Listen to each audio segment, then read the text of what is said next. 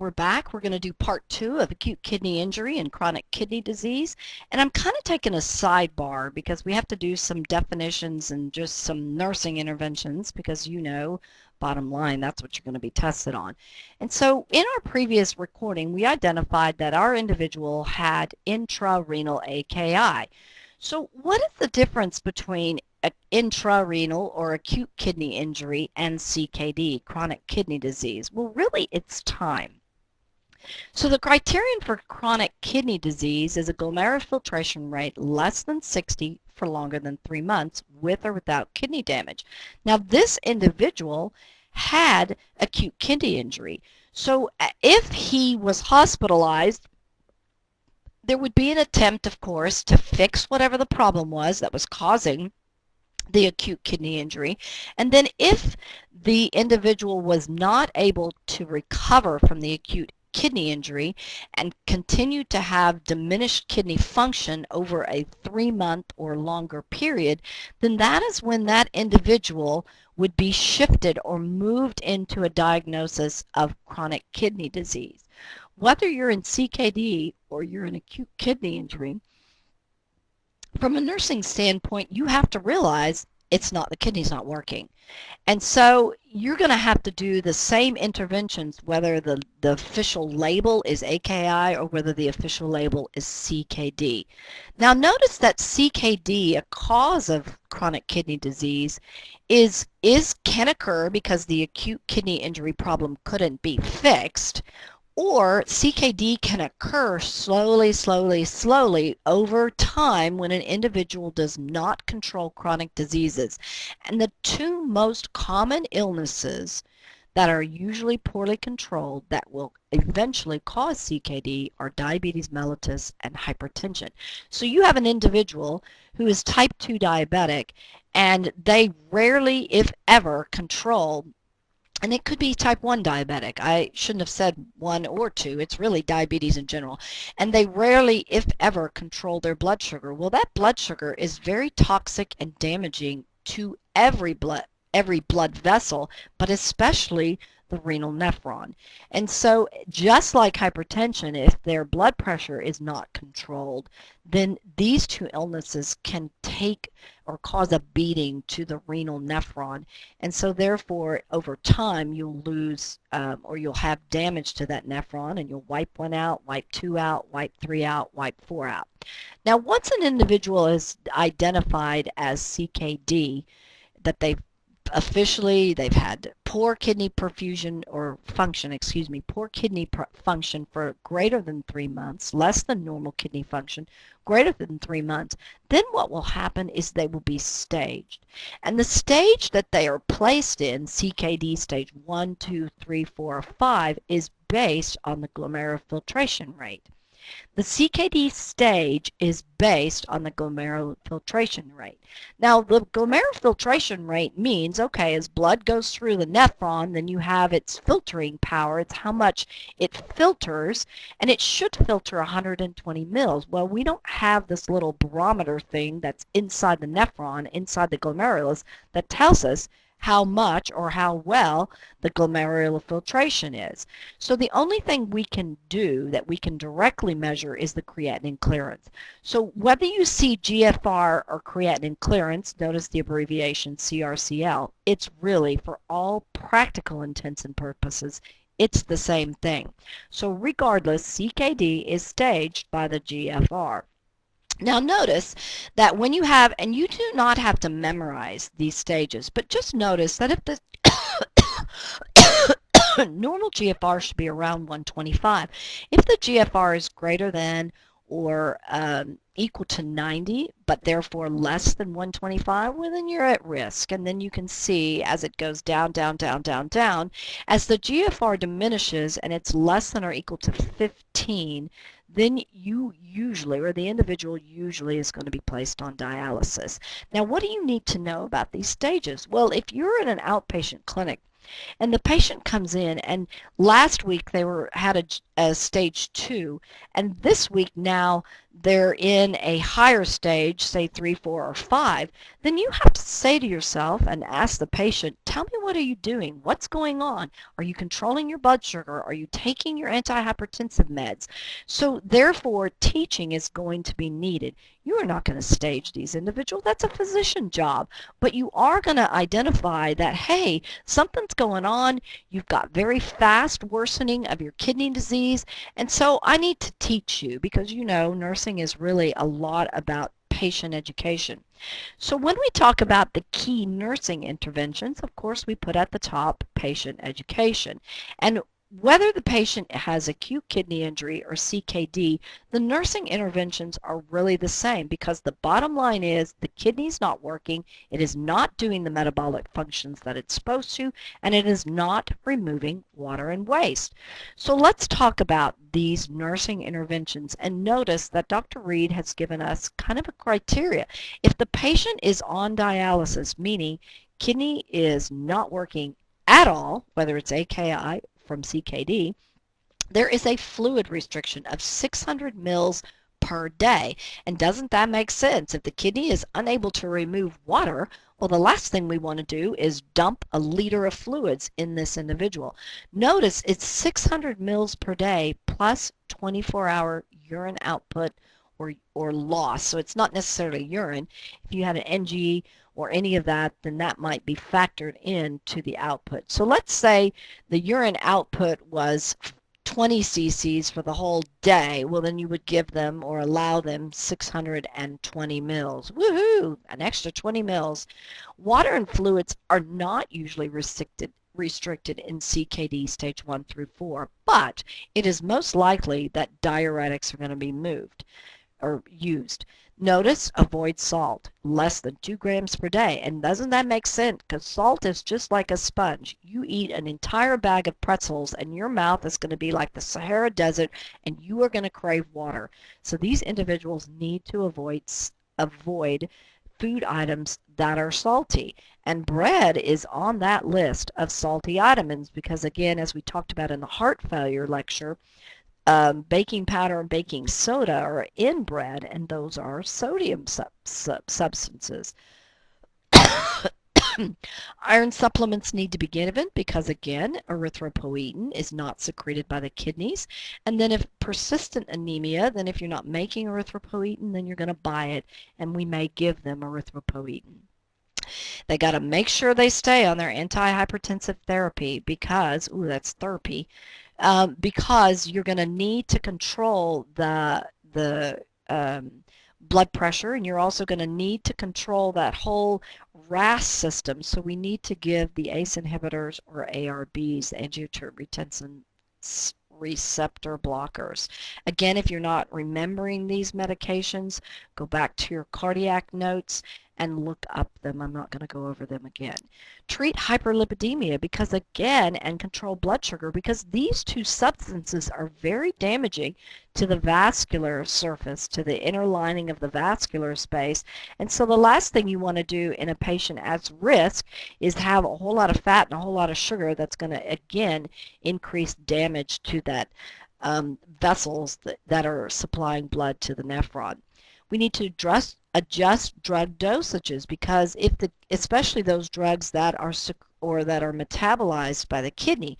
So things like acetaminophen is not a problem, but NSAIDs, which are directly detoxed by the kidneys, then those really should be avoided. Calcium supplements. Again, calcium is lost in the bones, and this patient is at risk for being hypocalcemic, so therefore at risk for osteoporosis and pathological fractures. I've got a big patho thing on one of the slides. I'll talk to you a little bit more about that in a minute. Avoid foods with phosphorus, and there's a list of the major food items. And notice, well, really, if we're hypocalcemic, we need to give dairy products. But look, these dairy products contain a lot of phosphorus, so dump them. They cannot be given. Cheese, yogurt, nuts, legumes, milk, ice cream, all high in phosphorus. These individuals, and phosphorus is a waste, these individuals will need a phosphate binder. such as Foslo, and these phosphate binders reduce the absorption of phosphorus in the gut and then allow us to excrete it. So again, if the kidney's not removing phosphorus through its filtering ability, then we've got to find an alternate pathway to get rid of phosphate, and so that's why phosphate binders are used, and so you poop it out instead. We want to avoid antacids containing mag, it's another waste, and aluminum, that's a potentially harmful product to a kidney that's already distressed. Now here's a patho review, and really, I don't know that it's necessary that you know this. Well, I know it's not necessary that you know this, but some of you are inquiring minds. You want to know, what's the story with phosphorus? So again, we've got kidneys are going to remove water and waste, and one of your waste is phosphorus. So your healthy kidneys should remove all excess phosphorus, and when the kidneys stop working, what happens is phosphorus levels go up. And what happens is because phosphorus and calcium, they work in opposition, and the hormones that control calcium and phosphorus work in opposition. So when one of those substances, and in this instance with kidney failure, phosphorus goes up, then what's going to happen is calcium is going to go down. And as soon as calcium goes down in the blood, then that parathyroid hormone is going to go be secreted, and it is going to cause the breakdown of calcium from the bones, because that's where we store the majority of our calcium, and therefore it will cause the loss of calcium from the bones. So that is why these individuals have osteoporosis and are at risk for pathological fractures. And it's really because of phosphorus. Yes, we talked about the fact that the diseased kidney is not making that activating substance that activates vitamin D, and they therefore cannot absorb it from the diet. But this is actually a worse issue with the whole secretion of the parathyroid hormone because of these high phosphorus levels.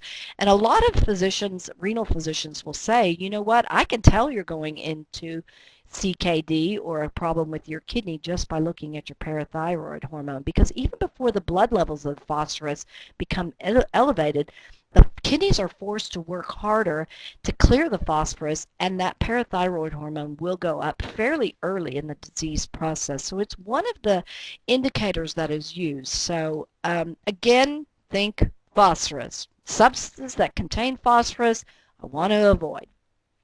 Let's talk about another waste, and that's potassium. You know, potassium is all about cardiac issues. We don't want to have cardiac issues, and therefore, because the kidneys are supposed to remove because the kidneys are supposed to remove potassium, we want to avoid elevating our potassium higher than normal, and so I've got a list of the products or food products that contain potassium. Notice down here that salt substitutes contain potassium. So these individuals are going to have very bland food, because not only can they not eat salt, they can't use the salt substance because that will elevate the potassium. Now let's talk about what happens if an individual comes in acute issue. They haven't gone to dialysis, or their kidneys have suddenly completely failed and they haven't been doing their follow-up visits, and you see this elevated potassium. Well, again, you know that potassium, affects on the heart. So one of the first things that will probably be ordered by the physician is to do 12-lead EKG to make sure that the elevated potassium is not having a bad effect on the heart rhythm. So we'll do an EKG, and then we got to get rid of this potassium, and the best way to get rid of potassium is to take KX-late. It's a drug that removes the excess potassium in the stool. Now, when you think about it, and I had a coworker that didn't think. So she gave the KX-late to the patient, and then the physician had said to her, recheck the potassium level in 4 hours. So she rechecked the potassium level, and the value was still elevated. It hadn't changed. And so she said, the potassium's still elevated. The physician asked, well, how much did the patient poop? Well, the nurse said none. So you cannot get rid of potassium if the patient doesn't poop. So that's part, or have a stool, or have bowel movements. KX-late usually causes diarrhea, but in some instances with these renal patients, because of their other phosphorus problems, they do have constipation. So you have to ensure that they have bowel sounds and that they poop, before you remeasure the potassium. Now, I didn't put this in the notes, but I'm just going to add it just in case. Let's talk about somebody that had that 12 lead EKG and the potassium level is greatly elevated and the EKG is showing that the rhythm, the heart rhythm, is bad. And again, you don't have to know what that bad is, but let's say that the heart rhythm looks bad and the physician will say, you know what, we need to not only get rid of the potassium, but K-exolate is going to take a little bit of time. So measures to quickly reduce potassium, and by quickly I mean within minutes, would be to give glucose and then give insulin, because as glucose is shepherded into the cell with the help of insulin, it will drag potassium in it and it will go back in the cell. Now it's not going away, it's just hiding it or sequestering it within the cell.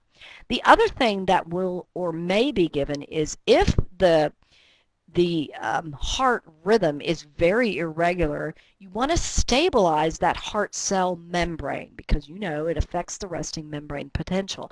So calcium will be given in addition to glucose and insulin. So you'll have calcium given to stabilize the cardiac cell membrane. You'll have insulin and glucose to sequester the potassium in the cell. And then you'll give a K-exolate so that the patient can have diarrhea and get rid of the poop that way. Because again, once the insulin and glucose effect wear off, then that potassium is still going to be high. So we need to do all three of those things when your patient is very critically ill. Let's talk about proteins. Proteins are not usually restricted in the diet, and when you think about it, well, proteins are not usually restricted in the diet when on dialysis because if you think about it, protein eventually is metabolized and it creates blood urea nitrogen, so you're going to increase your BUN level. However, we wouldn't want to give a very high protein diet, but we don't need to restrict it. And so that tells you that protein's okay in the normal amount. You don't want to go on an Atkins diet, which is all protein. These individuals need to just have a normal amount of protein like the rest of us. Now, if the patient is on peritoneal dialysis, then they need to greatly increase the protein because protein is lost during drainage of the dialysate. Now this thing I saw in some of the notes, and it's kind of a weird thing, but potassium supplements may be given if you're on peritoneal dialysis because I guess an elevated amount of potassium is lost during the drainage. I don't know, that's kind of a risky thing because if you give a supplement and then the individual has an elevated potassium, so I think that's kind of an iffy thing. Again, just use your common sense as a nurse. Now let's talk about some things that you would not only want to assess for your inpatient population, but you would also want to teach that patient that's at home in managing their CKD AKI. You want to watch for weight gain, and of course you know this is something that you're going to manage for your heart failure patients too, because if they have a very rapid weight gain, then you know they're retaining fluids. Blood pressure needs to be checked. If they have any kind of shortness of breath or dyspnea, then they might want to contact their healthcare provider. If they have sudden onset of extreme edema, if they're fatigued or weakness, that may indicate that they have an anemia development, and of course confusion or lethargy, well, it could be from a whole bunch of different things. We usually think of uremia signs and symptoms, but it could be from other things too. So that is in general the key list of nursing interventions and assessments and patient education that needs to be done. I'm going to pause again the recording or stop the recording from your perspective, and then we'll